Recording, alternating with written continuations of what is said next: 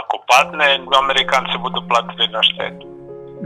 A koje bi mogle biti štete, na primjer, jer oni pričaju o nekih 26 komada i tih 6 tona da bi u stvari bilo pola tone poslije.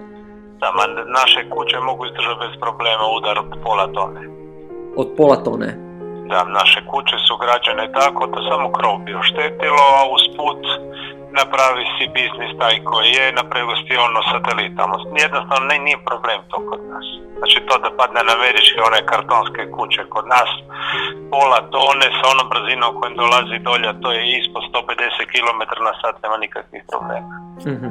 A u slučaju da padne, da li je to opasno radioaktivno ili tako nešto? Ne, ovaj nije. Bilo je par ruskih koji su imali nuklearne reaktore, to su Kanađani bili špotili, platili su globu veliku i nakon toga se više ti sa nuklearnim reaktorima ne šalju. Znači možemo biti mirni što se toga tiče. Da. Mislim, ja bih volio da padne tu negdje blizu, da ga možemo vidjeti, jer nema opasnosti.